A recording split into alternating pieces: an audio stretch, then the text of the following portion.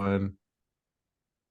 Welcome back to Behind the Play. My name is Alex Adams, and today I'm joined by someone I really admire in the industry of SDPN, Auddie James. I really appreciate you taking the time and doing this. We've kind of had this in the works for a while. Someone had to get married, so it kind of made it a bit harder for this. But I really appreciate you taking the time. And how is being a married man? Yeah, well, thanks first of all for having me. It was a long time coming, and yeah, I'm glad we could finally dial in a time and a date to get it done. But yeah, the married life is great, man. The wedding went off without a hitch, and um, you know, married life and the life I lived before isn't too different. The only thing that changed was one really big party and a good time. Yeah. But yeah, it's good. We had a good time. The wedding was awesome. Would you say you're also married to the game of hockey, or is that Buddy, I'm married to the game of hockey. I'm married to the shows and talking about hockey. Um, but Hannah will always be my first first love? my first love and my first real marriage, I guess you could say. Yeah, yeah. I want to talk a little bit about your career because you've had an interesting path kind of in the sports media industry. Maybe talk a little bit about how you kind of got started because it is a cool kind of story.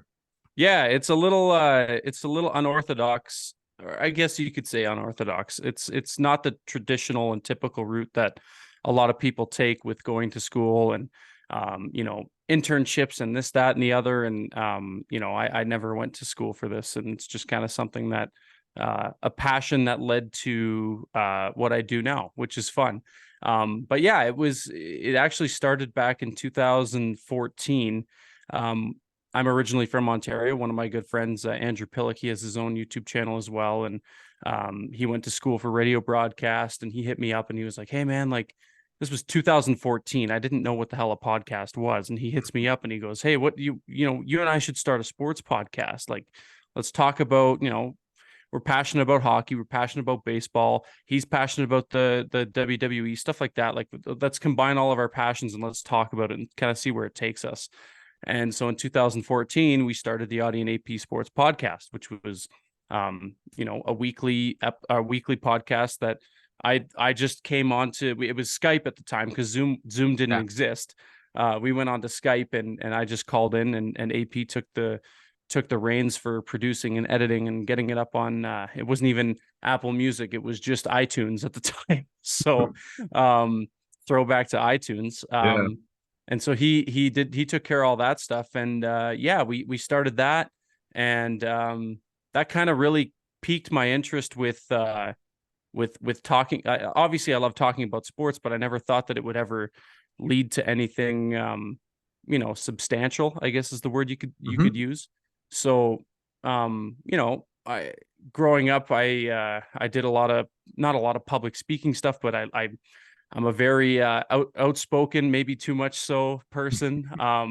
I like to talk. I'm a very outgoing individual. So I said, hey, you know what? This is a lot of fun. Why don't I start a YouTube channel? Like, I don't know anything about video editing. I don't know anything Hmm. about content production or nothing like that. But why don't we just, turn on the laptop and hit record and kind of see what happens? And that's when I started my YouTube channel. At the time, it was called the Auddie Sportscast, because I talked about more than just hockey. Hmm. And that kind of led to, you get your first like 10 subscribers and you're like, oh my God, this is awesome.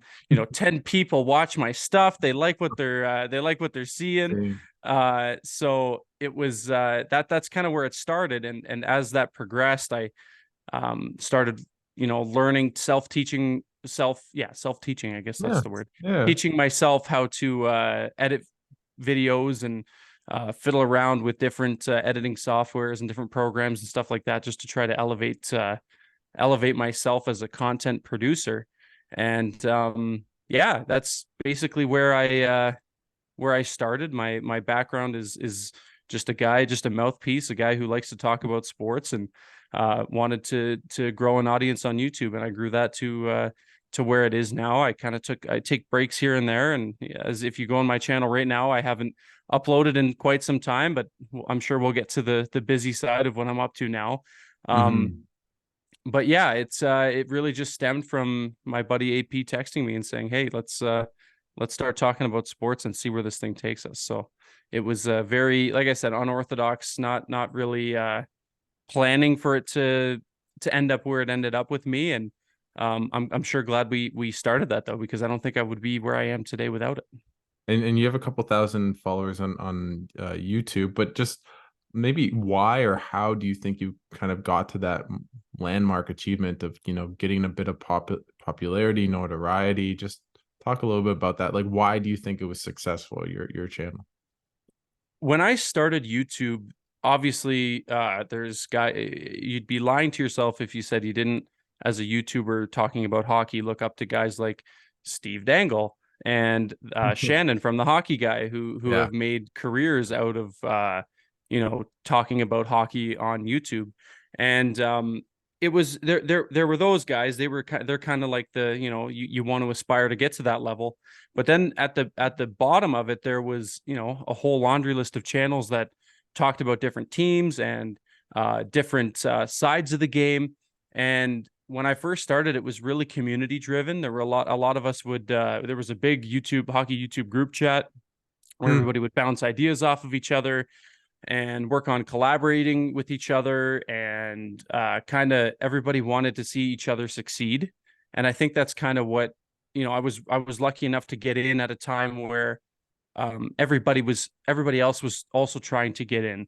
You look at guys like Grav, he was Yeah. coming up at the time too. Nyquist, all these channels now, Lego Rocks 99, Geo, Yeah. all these guys we were kind of starting at the same time. Some were a little bit ahead than others, but it was very community driven. Clay as well, who's also with SDPN. And yeah, it was a big collaborative effort between just a group of YouTubers who wanted to do the same thing. We all wanted to take our I'll put it in air quotes, expertise in talking about the game Yeah. and kind of grow with each other. So I think that was the real driver behind the success of the channel early on. And then just, making fun videos, getting content out there that's a little bit different than everybody else as well.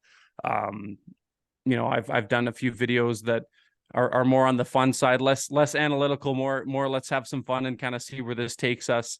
And those ones have done pretty well. But yeah, it was a big community effort. There's no real I can't really pat myself on the back too much without thanking and being thankful for everybody who else was trying to get there as well at the same time as I was.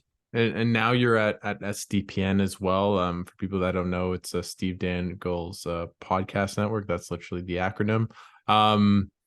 Just talk about, now you guys do Game Over. I believe you're like kind of the head of is it out west that you kind of, Yeah, so you have yeah. more of a, managerial role as well, not just on-air talent, as they say, but just talk about that and what you guys are doing at SDPN and Yeah. how you kind of got involved with them. Yeah, it was obviously, like I said, you follow along with Steve and what he's up to because he's kind of where you want to aspire to be. And when he started SDPN, everybody was in the same boat. Like, holy crap, this guy's starting his own network. He's really betting on himself, and let's kind of see where this thing takes him. And then obviously he brought on Andrew Berkshire, who started Game Over Montreal, did Game Over International stuff, just post game discussion around the Montreal Canadiens, and it was World Juniors at the time. Then it ended up becoming Olympics as well. And at the time, it was just Montreal. And then we see a tweet come out from SDPN saying, "Hey, the Leafs," and at the time it was 2021. Yeah. And the Leafs and the Flames were both about to go on a bit of a playoff run. The Flames at the time were exciting. They were atop the Pacific Division. They were looking hot. Johnny Gaudreau, Matthew Tkachuk, all those guys were lighting it up. And they said, "Hey, let's try expanding to Edmonton as well. Let's try expanding to Toronto, Edmonton, and Calgary." They ended up just doing Toronto and Calgary. And anyways, I saw the tweet come out from the SDPN account, and I thought to myself, you know what? At the time, I was kind of taking a back seat with the whole media thing. I was just kind of posting when I wanted to on YouTube. You know, life comes at you fast. Yeah. You got to focus on, like, obviously this isn't my full-time career as much as I'd love it to be.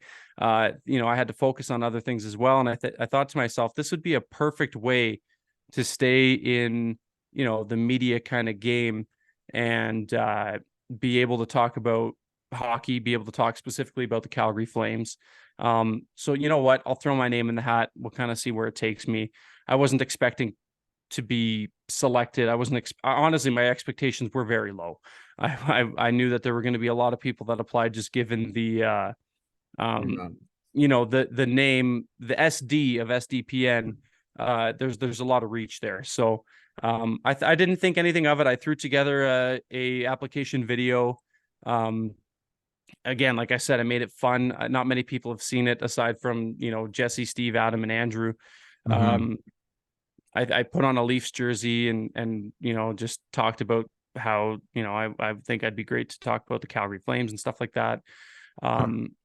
And I uploaded it to my YouTube channel, but I put it to private, so only people who had the link could see it. And I purposely never. I actually told the story last night.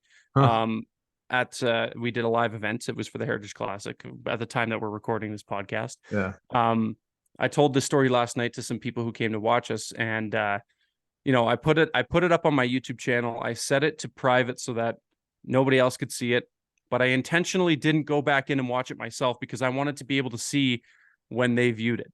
Because Mhm. when you upload it to private and you don't watch it, the view count is 0. So Yeah. someone watches it, if the view count goes to 1, someone other than yourself has watched it. Maybe that means, you know, that Yeah. that you're in consideration. So a couple weeks went by, no views. I'm like, all right, you know what? Maybe I'm just not the right guy for this. Yeah. Maybe they got a ton of applications and they didn't even make it to mine. And I remember I was at my day job, and I was having lunch, and I opened up my YouTube app, and I'm like, oh God, here we go. Like, we got a view. I wonder, you know, maybe this is Yeah. this could be something. And then, like, a couple days passed, and I was like, oh God, I still haven't heard anything. It's still only at 1 view. You get in your own head about it, right? At Hmm. this point, you're like, okay, they've seen it. Why hasn't anybody said anything, right? Like, even just a note saying thanks but no thanks would have been great. And then the week after, it went up to 4 views, and it went up to 8 views. So they must have watched it a bunch of times. And then of course, I get a message from Andrew saying, hey, do you have time to meet? You know, to talk about the whole game over thing. And I'm like, yeah, absolutely. Like, of course, this is perfect. Let's go. And Steve, Adam, and Jesse actually told the story on SDP right after they announced that I'd been hired. And I went into my car on my lunch break at my day job, and Mhm. I open up my phone. I have terrible service. So I've got my phone here. I'm talking to what I think is just Andrew, because he's the first person that pops up. Because when you're on Zoom on your phone, it Yeah. doesn't show it like it shows it when you're on a Zoom call on your computer. So you just see the one person until the next person starts talking. Yeah. So I'm like, oh, hey, like, what's going on? How's it going? And Yeah. all of a sudden I hear Adam Wild's voice chime in, and I'm like, oh God, like they're all here. I just can't. And then I, of course, click on it. I'm like, oh God, everybody except for Steve. So it was Jesse, Adam, and Andrew. We did the interview on my lunch break. And then a few days later, Andrew said, you know what, like, we think you'd be great for this. And then I met with Andrew and Steve, and the rest, as they say, is history. But yeah, they told the story on the SDP. They're like, you know what, when we hired Auddie, he was like on his lunch break, and he's like, guys, like, I really gotta go. Like, I only have a certain amount of time before I gotta get back and do some work. But yeah, that's pretty much the meat and potatoes of how this came to be. That's awesome. And how's it been kind of working, you know, like doing game over? Maybe tell people a little bit about what you know, game over is at Yeah. SDPN, and how you've been enjoying it. Yeah, so Game Over is it's a post-game show after every Calgary Flames game. We've actually expanded to all Canadian markets now. So if you're a fan of any of the Canadian teams, there's a Game Over with your name on it on the SDPN YouTube channel. And yeah, it's just a breakdown of the game that was. I co-hosted alongside another just great dude, and Peter Klein. He's a former radio guy on Sportsnet 960 The Fan. Um, he and I take turns. We alternate every couple games, just breaking down the game that was. And all the other Canadian markets do the same thing. Have some cool guests on, just kind of like, have some fun, talk about the game, talk about the world of the hockey world as a whole. And to answer the other part of your question, just being a part of SDPN and how that's been, I like, it sounds cliche, but like the people you work with really have an impact on, how you enjoy any job, right? If you Yeah. have good coworkers, it makes it easy. And I don't think I've ever had such a tight knit group of people who, I've only met Andrew twice. I just met the Game Over Edmonton crew last night, without actually meeting each other, a group of people that have come together, similar to how I talked about the community in hockey YouTubing when I got into it, just trying to be there for each other, uplift each other, promote each other's stuff. And if tech goes sideways, there's people that are always ready to lend a helping hand and be there for each other. It's the best side gig or part-time job that I could have ever asked for. It's truly incredible from the top down, from Steve, Adam, and Jesse down at SDPN.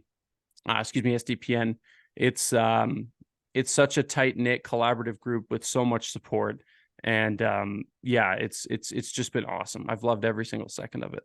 That's awesome. That's really great to hear. And it's really cool to hear your story just from, going from YouTube to a podcast. I mean, and now to SDPN and, meeting cool people. And like you've also interviewed players on the Flames as well. Is that correct? Like how did those go, like come about, and what was that like for you to kind of interview players on the team? Maybe you can, name drop some. Yeah. So previously, before I started with SDPN, I was doing a small podcast with a friend of mine, James Johnson, here in Calgary, called the Barn Burner Hockey Podcast. We were on the Hockey Podcast Network, just, talking about the Calgary Flames weekly, sometimes twice a week. And I said to JJ, I said, you know what, like we should really try to elevate this. It was the off season. It's always a hockey content creator's worst nightmare is trying to come up with content during the off season when nothing's essentially happening, right? You get past July, into the like late stages of free agency, and there's really nobody left on the market, and it's you're getting up for guys like AJ Greer signing, and like just guys that are all due respect to AJ Greer, who's tied for goals right now in the Calgary Flames with Nazem Kadri. But that's another story. That's another story. We'll get there, I'm sure. But yeah, it's I said let's see what we can do. I have no experience in trying to reach out to players and try to get them on the podcast, but let's try. And so, I did some cold calling with agents, because obviously you can't really go through the team during the off season. And the first one we landed was actually Matthew Phillips, who is now with the Washington Capitals. Cool story. We had him on our show twice, and then I had him most recently just before the season started on my YouTube channel, just to kind of talking about how the offseason went for him and essentially his decision to sign with the Capitals. So yeah, I cold called some agents. I probably talked to every agent that represents any Calgary Flame at the time, whether it was a yes or a no. And yeah, we ended up getting Matthew Phillips. We spoke to Yusuf Alamaki, and then near the end of the offseason, right before training camp, we got an interview with Michael Backlund. So that was a lot of fun. Backlund gave us. Did he tell you he was going to be captain? No, this was just before. At the time, I can't recall. I think it might have been right when Seattle came in. So they, so Gio had just left, and it would have been just kind of that lull area. Yeah, 21. Them running with 4 alternate captains before they decided that he was going to get the C this year. But yeah, some cool stories there with Michael, and did you feel like you were touching your heroes a little bit, or did it feel kind of pretty normal? Like how describe that as someone who's a Calgary Flames fan through and through. It was surreal for the first little while. When we had Matthew come on, he was obviously our first one. All due respect at the time to Matthew Phillips, he was just kind of an AHL guy who might crack a roster spot. we end up finding out that this time around that he would wouldn't cut it in Daryl Sutter's Calgary Flames system. But yeah, it was a bit of a starstruck thing. It was kind of odd because, like, Matthew Phillips is younger than I am, and Hmm. you still get a little bit of that butterfly in your stomach. You're talking to an NHLer. Not everybody has the opportunity to do that kind of stuff. But when we had Juuso Välimäki, and it was the same thing. He was a regular NHLer at that point with the Flames. And he was awesome. Just like it helps when the players are good too. Yeah. And all three of the guys we spoke to from the team at the time were just incredible, just awesome people. Can't say enough good things about them. But then, yeah, when Michael Backlund came on, I had to go through his agent, and then I had to go through a PR person at their agency in order to reach out to him. And then It she sounds. replied. It sounds Sorry, like, go ahead. no, I was just gonna say it's a really simple process, isn't it? Yeah, very Yeah. simple. Yeah. Yeah. Not Sorry, I sarcastic didn't at mean all. to cut you off. No, it's all Tell your good. story. Yeah, but it was you put all this time and effort into it, and then to hear them say, Michael's PR person, I wish I could remember her name to give her some credit because she was awesome to deal with as well. But she messaged me and was like, yeah, Michael thinks this is awesome. He's never done a podcast before. Like, Oh wow. he thinks it'd be a lot of fun. And so she exchanged our email addresses, and I was just trying to nail a date and time with him that worked. Obviously, he's very busy in the off season. He's got a young family, and he takes his off season training very seriously. So it was but yeah, when we got to the Michael Backlund interview, I think that was kind of our like holy crap moment. Like, this is real. Like, this is Michael Backlund, who's been with the team since 07. And yeah, he was just as awesome too. But yeah, to talk about the star-studdedness, it never really goes away. The time after we spoke to Matthew Phillips, it was a little bit easier. And then I think it kind of wore down the third time I talked to him, and it's more like, oh, like, how's your golf game? And we're a little bit more familiar with one another. And oh, you know what? I'll see you at the Shaw Charity Classic, this, that, and the other. But yeah, the first few times, definitely surreal. It was a really cool experience. That's awesome. Kind of living your dream, vicariously through the players, and just as a fan, it sounds awesome, and I'm really happy for you. But I want to, as best as I can, go from your excitement and blissfulness of meeting Flames players to their awful start to the season, and just as someone that covers the team day in and day out, uh what do you make of this, just such a terrible start, and maybe just even touch upon a little bit the Heritage Classic that you were at? What was that like first? Maybe even though they lost, on a high note, what was that like to be there and to cover it? Yeah, so I wasn't at the game. Peter and I watched with Andrew at the Pint on White Avenue in Edmonton, is where we did our event. We did a live post-game show there. But yeah, to be able to cover it at a live event with people who went on and got tickets to come and see you, and to see it happen live, it's a weird feeling. It's a good but a weird feeling. Like, holy crap, like, these people are genuinely here to listen to you and see what you have to say about what you just saw, and to spend time with you. To shake hands with people who you've interacted with on Twitter, and to kind of put a face to the name and just talk about hockey with them. It's just awesome. To be able to cover it live and do the show live with people there. It's a weird feeling, but it really was, it was awesome. It was a lot of fun.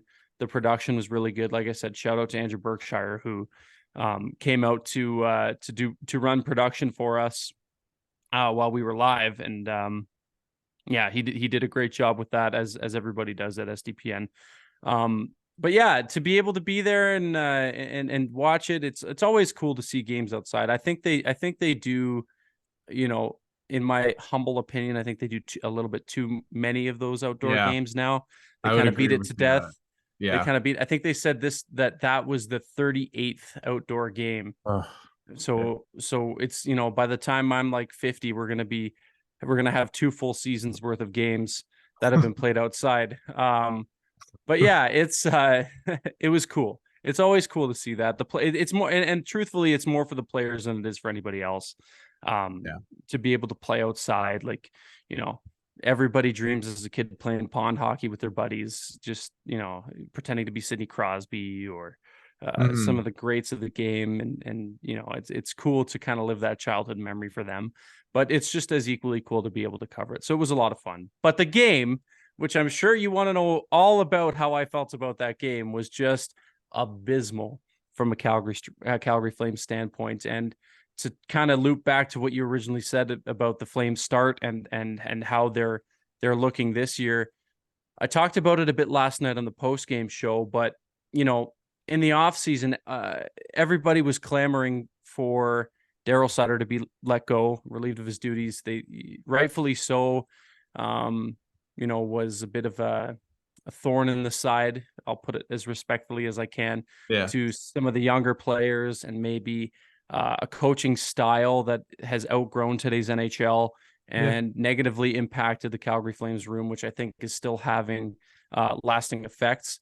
But when the product, after you've taken that out of, you know, that you've taken that problem out of your equation, and you're still putting out the same product as before, what's your excuse now? And that's kind of one of the things I talked about last night with the game over Edmonton Crew and Peter, was there's really no excuse for it now. Like who's going to be the fall guy for this iteration of the Flames, who are off to just a piss poor start.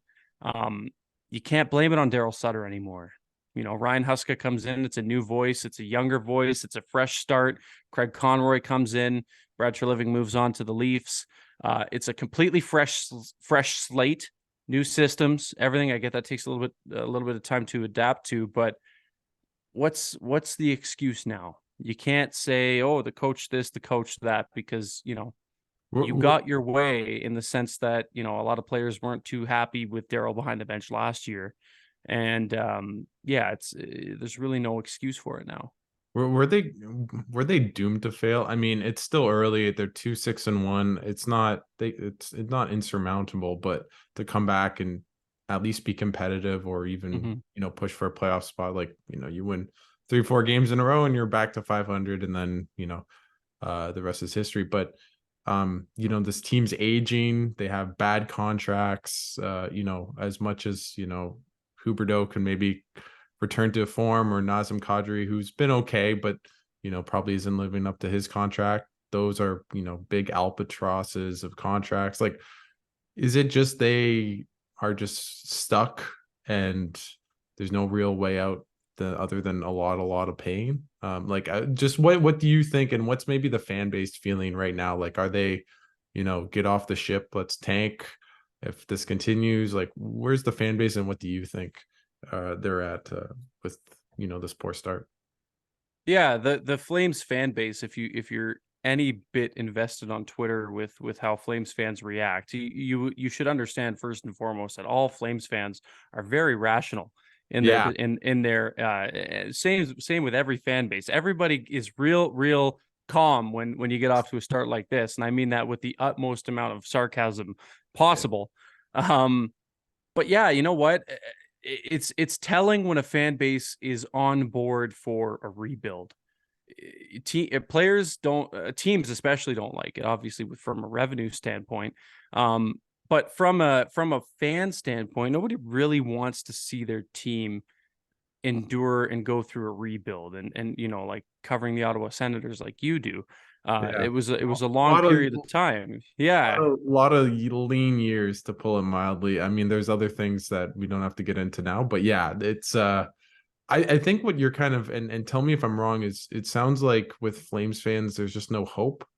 And a lot of Yeah. the times hope is what's, you know, even if you're rebuilding, you have the young players or the hope, but with right now they're kind of rudderless. And Yeah. yeah. I would say hope and direction. There's no real path for this Flames team, and there hasn't been since the departure of 13 and 19 in Gaudreau and Kachuk. You know, Brad Treliving, for as much crap as he took as the GM of the Flames, he's handcuffed as well, in a sense that, you know, Murray Edwards doesn't want this team to rebuild. John Bean, in his press conference when he introduced Craig Conroy as the general manager, said, like, he's not even allowed to say the R word, being rebuild. And that's just strictly, obviously owners don't make a whole lot of money when the team is rebuilding. And, as poor as it sounds, if you're a consumer of the product, frankly, he doesn't care as long as you're lining his pockets, right? Like he'll continue to put out, a little bit of hope. The Flames didn't miss the playoffs by too much last year. Let's run it back and see if they can do it this year with the same group, instead of, trying to embrace a slight rebuild. We've seen teams do it. The Rangers are a good example of a team that kind of did a retool on the fly, and they've stayed competitive. The Boston Bruins at one point were a team that you look at and you're like, well, you know what? This is an aging core. And they end up doing, they set a record last year in regular, or in what was it? It was the most wins, the most points, the most points. Yeah, which is crazy, right? Like that's a team that had like a 37-year-old Patrice Bergeron and a 36-year-old David Krejci as their 1-2 centers, right? Obviously, Patrice Bergeron is who he is. We know Father Time did not catch up to. He won the Selke. Yeah, he won the Selke. They just ought to rename the trophy at this point. This man won the Selke like a ridiculous amount of times in his career. But to bring it back to the Flames, like Brad Treliving did all he could, given the you can only do so much. The old cliche, you can only do so much with the hands that or the cards that you're dealt in your hand. And when ownership is breathing down your neck to maintain competitiveness, and your superstar and Johnny Gaudreau ends up signing in Columbus, and Matthew Tkachuk wants out, a lot of Flames fans were hoping for a more future type deal, including picks, including prospects for Matthew Tkachuk. You could, cashed in and really gained a lot of capital for your future, opposed to, bringing in Jonathan Huberdeau, who's coming off of a career year. And at the time, obviously, Flames fans were happy, right? He's coming off of that season where he put up the most assists in NHL history from a left winger. Nobody foresaw whatever it was, the 50 or 60 point discrepancy that he had year after year, which actually set an NHL record for turnover from year after year. That's not the kind of NHL record. No, the worst year after year point differential in NHL history now belongs to Jonathan Huberdeau in his first year as a Calgary Flame. Hindsight is what it is. At the time, you know what? You want to stay competitive. You're coming off a year where, Gaudreau was going into a contract season. You're not going to trade him at the deadline. It just doesn't make sense. The focus should have been getting him extended, but if he had his sails set east, then that was something you couldn't take away from him. And you know what? As much as some Flames fans like to give him crap for it, all the power to him. That's what you work towards UFA status in the NHL to get to kind of be able to lay your own road and your own path. And I give him all the credit in the world and thank him for what he did here in Calgary. But it was tough. It was tough being the Flames fans like to call it perpetual mediocrity, which is kind of where they are, and same direction right now with Lindholm about to be a UFA, Hanifin about to be a UFA. If you go look at the Flames cap friendly, there's a laundry list of players that are pending UFAs this season or this off season. And it's going to, you're seeing, you talk about the bad contracts. Elias Lindholm, 8 years at $9 million doesn't sound very, very sexy either. And that's, kind of the path that what I'm trying to get at is the path Flames fans want is the rebuild, but we know damn well that's not going to happen, given the ownership and what their mandate is, which is lining the pockets and getting that playoff revenue if you can. So then, Auddie, what is the hope? Like, what is the hope as you yourself are a Flames fan? What are Flames fans telling themselves? And maybe just, even rationally, as you kind of mentioned, what's the direction that you can see going forward with this team? Well, the hope is, Jonathan Huberdeau has a bounce back season. Jacob Markstrom, who's already off to a great start in a bounce back year. Nazem Kadri. You just hope that guys, the hope coming into the season was a new voice in the room. You throw a letter, you throw the C on Backlund's chest.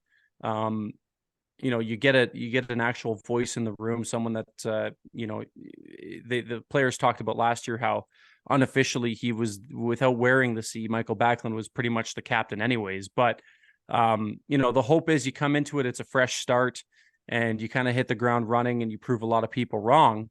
At this point, I truly don't know what the hope is. For me, from a standpoint, is I hope that they manage these pending UFAs as they should, in a smart way that's not going to handcuff them for the next 8 years, in a way that you can possibly capitalize and sell if you have to sell. Just be smart with it. Asset management is huge, and it's something the Flames have been pretty piss poor at as of late. What do you think's kind of gone wrong so far for the team, just in terms of, like they're barely scoring over 2 goals a game? If you look at the lineup, you don't really say, well, they should be one of the worst offensive teams in the league. Maybe not the best. But like, what's kind of gone wrong with their game so far this year, so far? 2 of their biggest kryptonites, if you want to use that kind of analogy, is the foot speed. I think their transition play has been pretty bad from zone to zone. And, as you mentioned, we don't really have to beat around the bush here, but goal scoring. They take out their leading scorer last year in Tyler Toffoli, who wanted a 6-year deal. The Flames didn't want to give him a 6-year deal, so they ship him out and they get younger and bring in Igor Sharangovich. They didn't replace Tyler Toffoli's goal scoring capabilities, or his, one of the biggest questions for me was where the goal is going to come from. And you hope that it's from a guy like, Nazem Kadri, who I think his career high in goals was 32 back-to-back years with the Maple Leafs. You hope maybe he can get back to that. But again, Father Time is undefeated. He's not getting up there in age, but he's not getting any younger. You hope that Jonathan Huberdeau can feed people the way he did in Florida. He's not a bad player, and that's not something you lose. Good players and good playmakers like that, they don't lose that. So you hope that he kind of finds his, and he's struggled. But yeah, the biggest thing for me, foot speed, that they're just getting burned. Every team is so much faster than the Flames. The way that the Flames transition, there's no urgency. It's lackadaisical passes through the neutral zone. It's zone entries that just don't sustain any pressure. There's a whole laundry list of things, but I think the root cause, when you come back to it all, is just their play in transition, their foot speed when they don't have the puck, and they don't have the puck a lot. And when they do have the puck, they can't score. So it's just an all around crap sandwich, if you want to put it like that. In terms of just nothing seems to be going right for this team, except for Jacob Markstrom, who's coming off of a bad year and has been doing his part. He's just not getting any run support. How would you evaluate Ryan Huska's coaching? Just because, as you've alluded to it, the big selling point was that he's a fresh voice. He's not Sutter, which is a big, bonus. Just, anyone else that is maybe not hot tempered and, at least nice to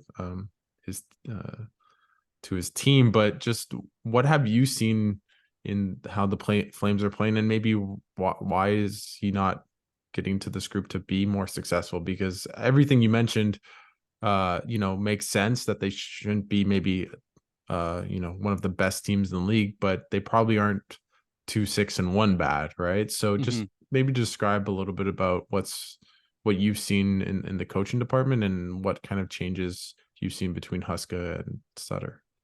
Yeah, Ryan Huska's been with the organization for a while. He's done his time in the AHL. The Flames promoted him to the big club. He's been behind the bench for a little while now, as an assistant coach to various head coaches, as we see the carousel for the Calgary Flames go round and round and round with head coaches. But yeah, he's seemingly a player's coach. He's a good guy. I mean this with the utmost respect, but I think I think what he's lacking is just a bit more of a, this is going to sound bad, but I don't mean it in any way other than I just want him to maybe be a little bit more stern or a little bit harder. Is he's just lacking a little bit of backbone, I think. Yeah. He's too much of a player's coach. He might be too not soft, but you Lenient. know, yeah, lenient. I want there to be um a Glenn Gulletson throw your stick into the seats of the Saddle Dome at a practice because you're so pissed off moment, right? We Yeah. see them get bag skated, and that only does so much, right? But yeah, Ryan Huska is he's a good young coach. I think there's a lot of potential there. I just think that, obviously it's his first stint behind an NHL bench as the head coach. He's learning as he goes too. A lot of Flames fans don't really think about that and when they talk about Ryan Huska and, oh, you know what, we're not almost 9 games or whatever, we are 9 games into the season for the Flames, and the sky's falling. This guy's got to go. People need to remember too, this guy is a first-time NHL head coach. Give him a bit of time. I'm not saying that he's perfect. Nobody is, but give him a little bit of time to get established, kind of figure out how he wants to be a head coach in this league. Not everybody can be one. The Flames know that all too well. With guys like Glenn Gulletson and, Bob Hartley was good. He obviously was a head coach before, but, not everybody catches on as fast. Another thing too, it's a mostly new, assistant coach too, like with Mark Savard running the power play now. And, thank God all due respect to Kirk Muller, but that Kirk Muller power play, if you look at the Flames power play numbers last year, not stellar whatsoever.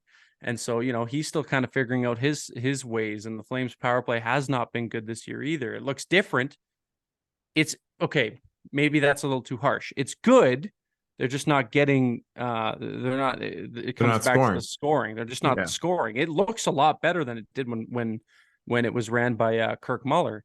But they're still not scoring. And Mark Savard can't put on the skates again and get out on the ice and score these goals for these guys. They got to be able to do it themselves. He's doing all the right things. But at the end of the day, like, you can only put so much stock into the coaching system. It's a new defensive system as well that a lot of teams in the league are moving towards. We saw The zone. the zone defense. We saw the Vegas Golden Knights win a Stanley Cup with like a hybrid zone system that they used last year. A lot of teams are moving towards it. Maybe the Flames are just a little bit behind and laggy. I don't know, but I don't put too much stock into the coaching.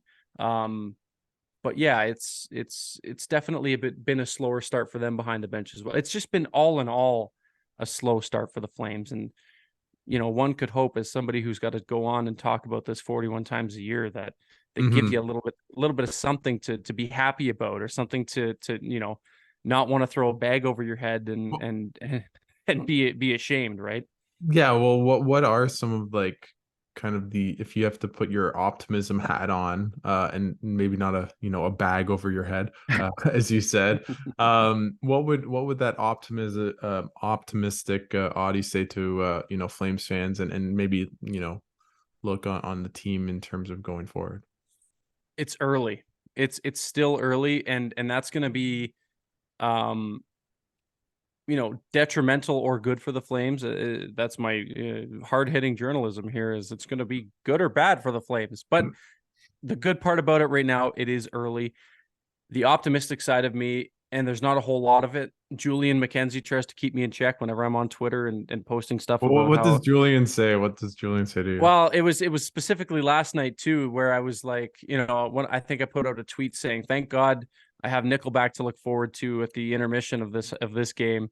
And Julian's like, he quote tweeted me, and whenever I see Julian quote tweet me, I'm like, "Oh God, here we go. This is I'm gonna get dunked on. Here we go."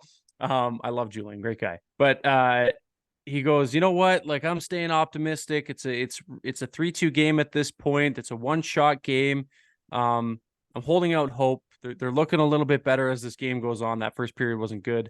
I'm choosing the more optimistic approach." And Julian McKenzie, optimism is not always a good thing. You set yourself up for failure like you did last night.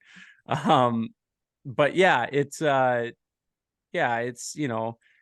it's early, and all it takes at this point in the season with this few amount of games played, like the litmus test in the NHL is American Thanksgiving. We all know Yeah. that if you get to American Thanksgiving and you're not looking so hot, unless you're the 2016 Pittsburgh Penguins, Or or the St. Louis 2019. Blues, Yeah. yeah, or the 2019 Blues, it's typically not going to be favorable for you. But with all that said, it's all it takes is, like, just get a win and then focus on the rest. Just get a couple points and see where you can roll with. Build on that. It's the old hockey cliche, and Jay Woodcroft was great with the quotes this past weekend with, "We just need the 2 points and we need to work together as a team," and blah blah blah. Right, but the old cliche is true. Yeah. I think in this case for the Flames, it's true. You get a couple points. You build on it. You just need to get back into the win column and just build and build something that's sustainable. And the ball really is in their court to try and see how they can right the ship here early on, because as much as we say it's early, it's not going to be very early in a month and a half. At that point, it's dictating the way that your season's going to go. So it's still early enough to right the ship, but we're getting to a point within the next month, and it's not going to be an easy month for the Calgary Flames. It's a tough schedule of November. It gets tough in December. A lot of really tough matchups. That's really going to test the make or break of this team. So get a couple points. They play Dallas on at the time we're recording this, it's Monday. They play Dallas on Wednesday. That's going to be a big game. See if they can come away with a couple points there, and just try to build on it. As cliche as it is, I know I'm giving you all the cliches. What players kind of stood out for you in a positive sense for the Flames so far? Jacob Markstrom, I know I talked about him a little bit. He's looked really good. Aside from that, it hasn't been a whole lot. Chris Tanev's always been a reliable guy on the back end. I think he's looked pretty good this year too. His underlying numbers and everything are Always good. Obviously always good. Yeah, and it took the Canucks a while to figure out why Quinn Hughes wasn't Quinn Hughes anymore once Chris Tanev came to the Flames after his tenure with the Canucks, and it's because Chris Tanev makes guys better around him. It's a well-known fact. You put him with Anderson, you put him with Shillington. I think he was playing with Gilbert a little bit. He was playing with Soloy. I always butcher his name, Soloivov. So yeah, I'm gonna just call him Player X, who just got sent down to the Wranglers today because I butcher his name. But he makes players that he plays with better, and just a sturdy guy, stay-at-home guy that you can rely on. He's been good. So yeah, Markstrom, Tanev. Try to give you a forward who I've been impressed with. The leading scorer on the team has 6 points in 9 games, and it's Elias Lindholm. I wish. I had Harmon Dial of the Athletic. I think I'm still in Canucks world, but yeah, no, yeah. So it's tough out there. But is there anything else you want to kind of touch on with regards to the Flames? There's really not like a whole lot to go off of right now. It's not been great. Yeah. And that's I was talking to Peter last night before we did our show for the Heritage Classic, and him and I were kind of bouncing off of each other. He goes, "You know what? It's a good thing that the Edmonton guys are going to be here so that they can kind of just carry the show, get their licks in on us." Because it's the same old song and dance as it was last year, where him and I, night after night, we're just utterly disappointed. Well, and I hope that for our sake, I hope for Flames fans' sake, I hope for the players' sake, because nobody wants to play losing hockey. You hear the quotes from Blake Coleman, you hear the quotes from Nikita Zadorov. They're pissed, and quite frankly, they have every right to be pissed. They're not playing at a level that they should be playing at. Look at that team on paper. That's not, like you said, it's not a 2-5-1 team, or 2-6-1 now. But yeah, if there's anything, it's just Flames fans try to hold out optimism, and if not, let's start pre-ordering some Macklin Celebrini jerseys. Well, that's hope. That's what you get right there. It's it. Win-win. Either you become a playoff team or get close to it, or then or then you get Macklin. Although I don't think anybody's out stinking the Sharks this year. It's Oh just my God, that a is tire just. fire. It's interesting that they're the only real tire fire in the league after Bedard that everyone decided, hey, we actually want to win. Yeah, But right. Even the Blackhawks want to win now. What the oh heck? my God, yeah, that shouldn't have happened. I'm not someone that is for tampering at those things in terms of um the draft lottery, but I wish it wasn't Chicago. But I wanted him to be a Duck so bad. yeah, Actually, no, because I wanted him out of the division. yeah, I I wanted wanted him for Ducks fans. I wanted him. I know a lot of really good Ducks fans and a lot of good people who cover that team. I wanted them to have that because they missed out on Crosby. They just missed out on Bedard.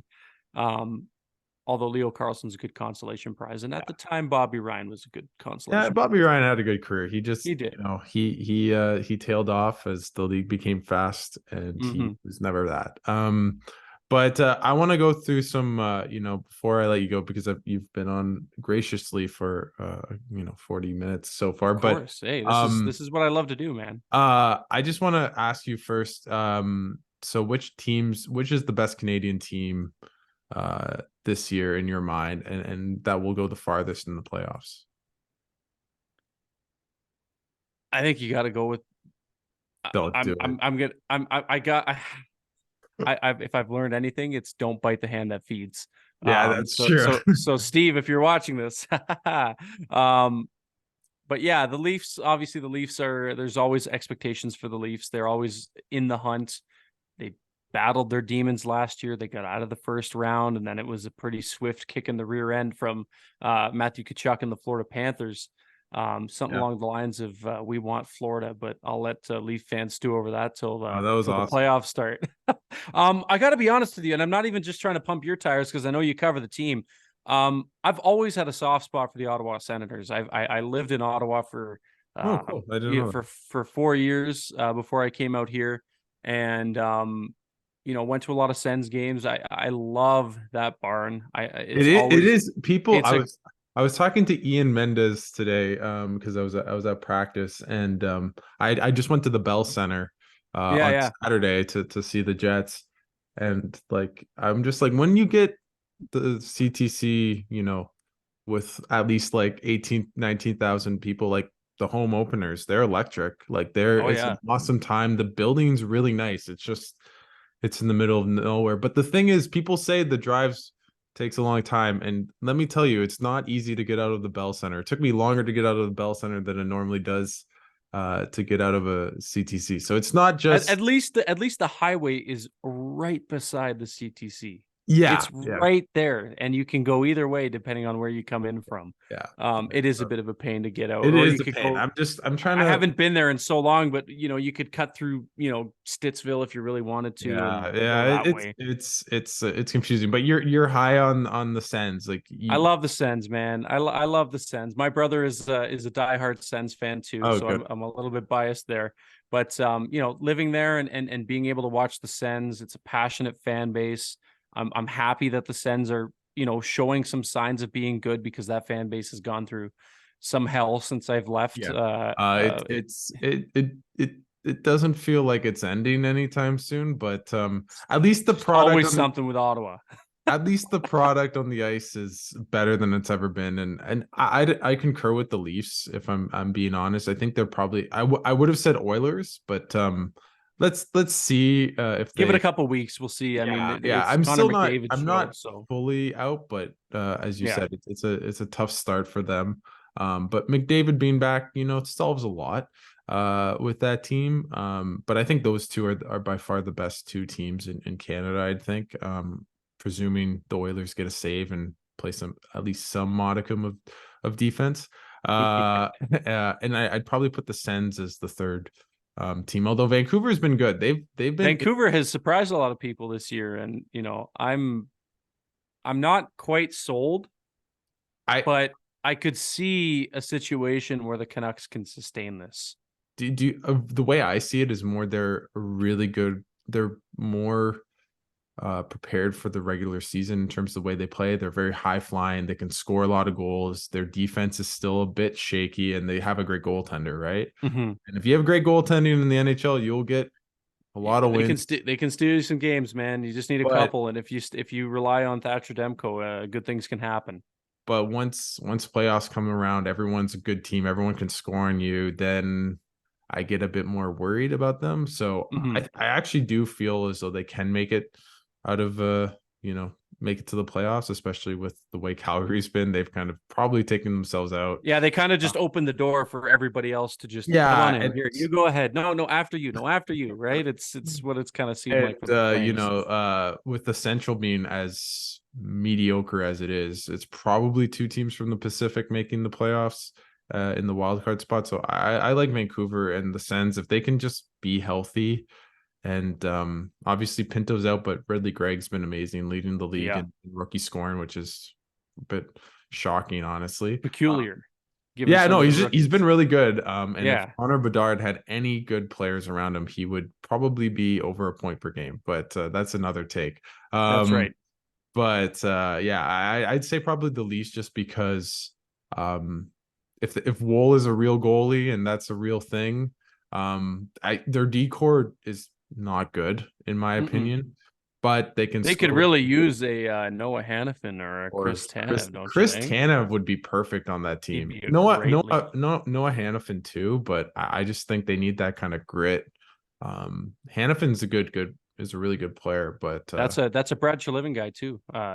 Chris Tanev, that's a Brad Treliving signing. So you know how Brad likes his guys. So yeah. Well, I feel like every GM likes their guys. That's the one thing. Look at what Kyle Dubas is doing in Pittsburgh. Yeah. It's like Kyle Dubas needs man, what's the player? He needs the Sioux Greyhounds guys. Yes, that's it. That, and he brought out Chari, and just it's always the same thing all over again. And it makes sense. But yeah, no, I agree with that. I do still think the Leafs are going to flop miserably, and I probably would say Oilers have a better chance of winning the cup than the Leafs. But I think until the Oilers prove us otherwise, the Leafs, that is, prove otherwise, it's always going to be the same song and dance with them. Yeah, and I know I said don't bite the hand that feeds, but I also just told you I kind of I wore a Leafs jersey on my SDPN application video, so I had to. It shows that I had to get some brownie points. Malleable. That's right. You just go to where the money is. That's that's right. That's a good way to put it. Yeah, exactly. No, I have a couple. I have one other question because I don't want to keep you too long. But if tomorrow Gary Bettman resigns and he says, Auddie, you are the GM, for the day, what rule would you change? Oh Christ, this is a tough one. I get this question more often than you think. Oh really? Okay, wow. Okay. I thought this is the running kind of question on this podcast, so I don't like to hear that other people are doing. It's not more so a podcast question, but you talk about it like, oh, what would you do if you were the commissioner? I've had some really questionable ones. Like the one take that I had was, and goalies hate me for it. Like I get so many friggin' goalies that DM or they hear a clip that I've said something on. I want goalies to be I don't want goalies to be fair play, but I want them to be a little bit more responsible. Wow. And by that, yeah, I know. And I you know what? I've already been. Oh no! I love this. I love this because everyone says offside and something boring. I need goalies need to get crushed into the boards. That's what I need on. I don't want anybody getting hurt. But they wear the most padding out of everybody on the ice, so I think they'll be mostly okay. Yeah. I don't know. I just think guys like Mike Smith who just flop around and flopped around. You can't touch him. If he comes out of his blue paint, I don't think you should be able, obviously, don't kill somebody. Yeah. But a little goalie on player action too. I'd love to see Jacob Markstrom come out of the blue paint and go to play a puck and throw a reverse check on somebody and be able to get away with it like a forward would. I think it would be fun. I don't want to see people get hurt, but I want to see obviously don't do anything in the blue paint. Maybe make the blue paint a bit bigger if that's the case. I don't know. That's interesting. but I don't know. I really did like I hate this question. I love and hate this question because I'm just like I always default to the goalie thing, and then people are just like, "Oh, Auddie James wants to see goalies get hurt." And I'm like, "No, I don't want to see that. I just want to see, like, I think it'd be just like kind of interesting to see, if goalies could come out and just like deck somebody the way that like Ryan Reeves would do open ice to somebody with their head down. Like Yeah, I yeah. don't know. But if you want a boring answer, for an actual rule change, No, no, no, no. I'm trying to think of like I don't know. I don't really know what I else I can would give you change. out what people have said.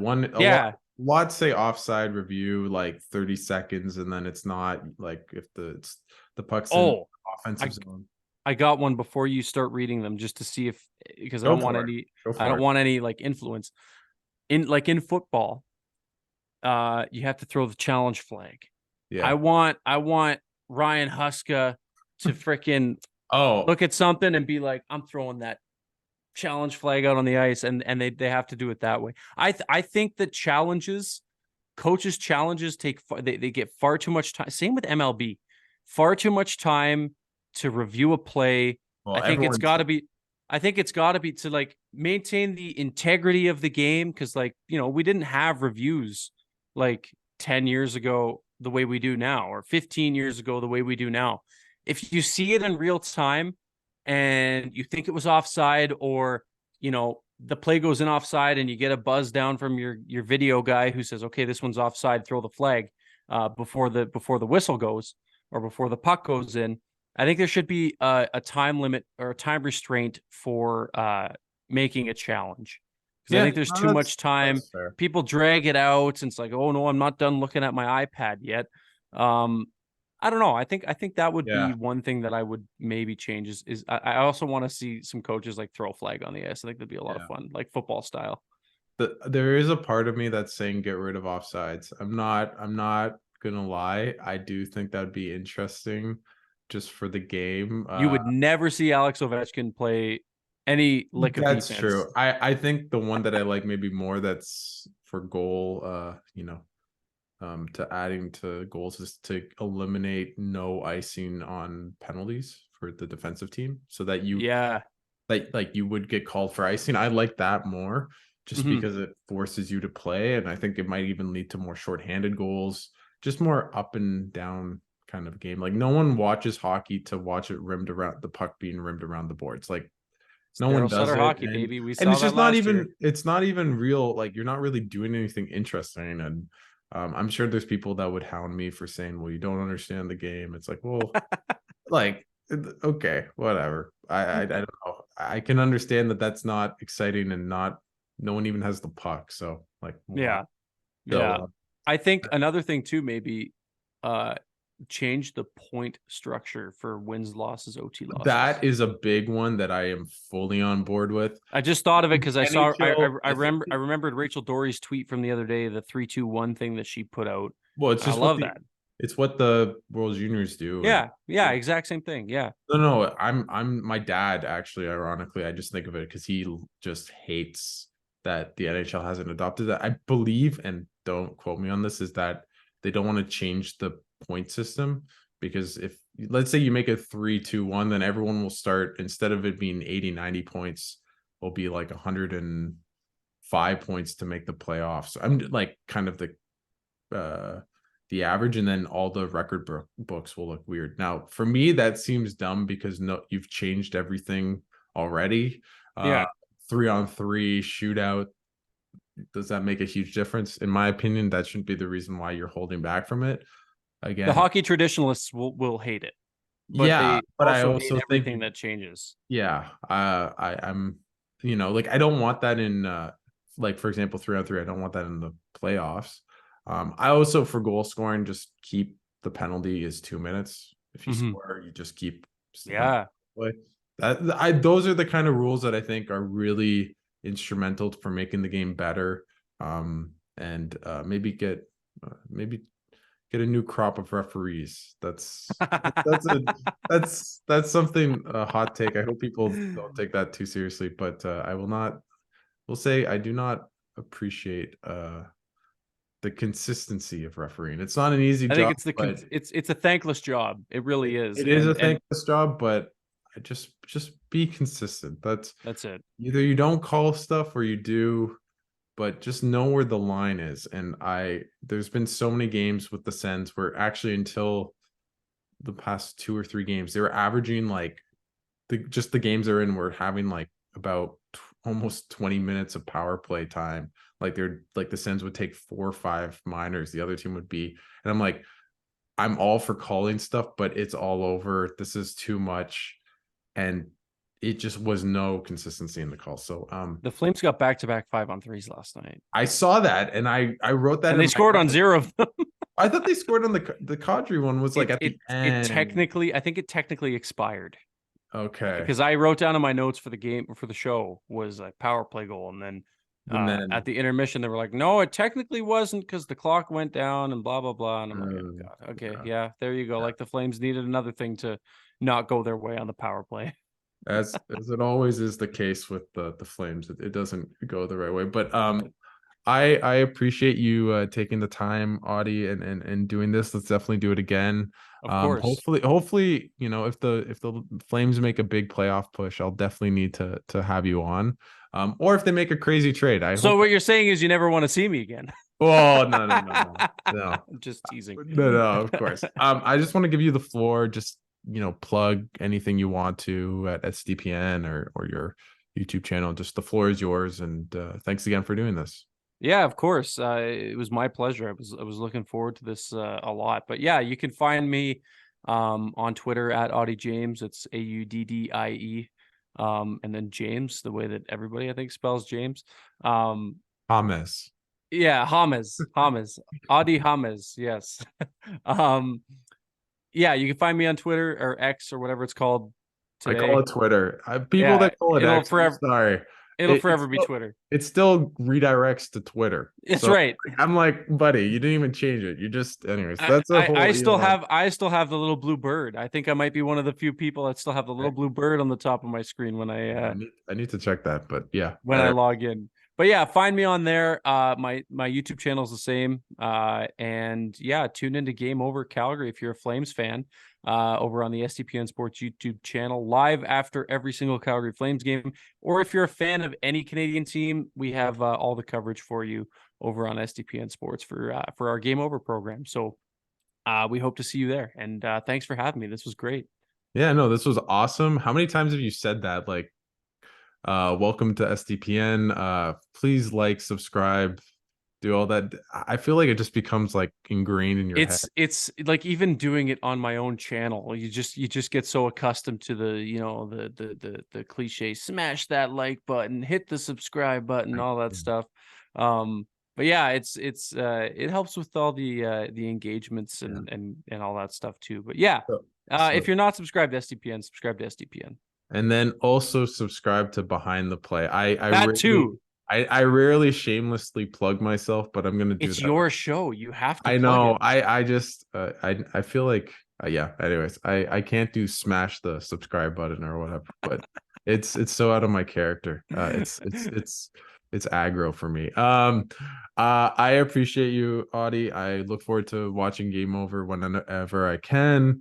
You guys do great work. I love it. SDPN, as you know, and for our listeners, they should know that too. And check out all your stuff. And looking forward to hopefully a bit. It can only go up from here. So that's what we're all hoping. Yeah. Well, thank you so much, and good luck with the season, Auddie. Of course. Thanks for having me.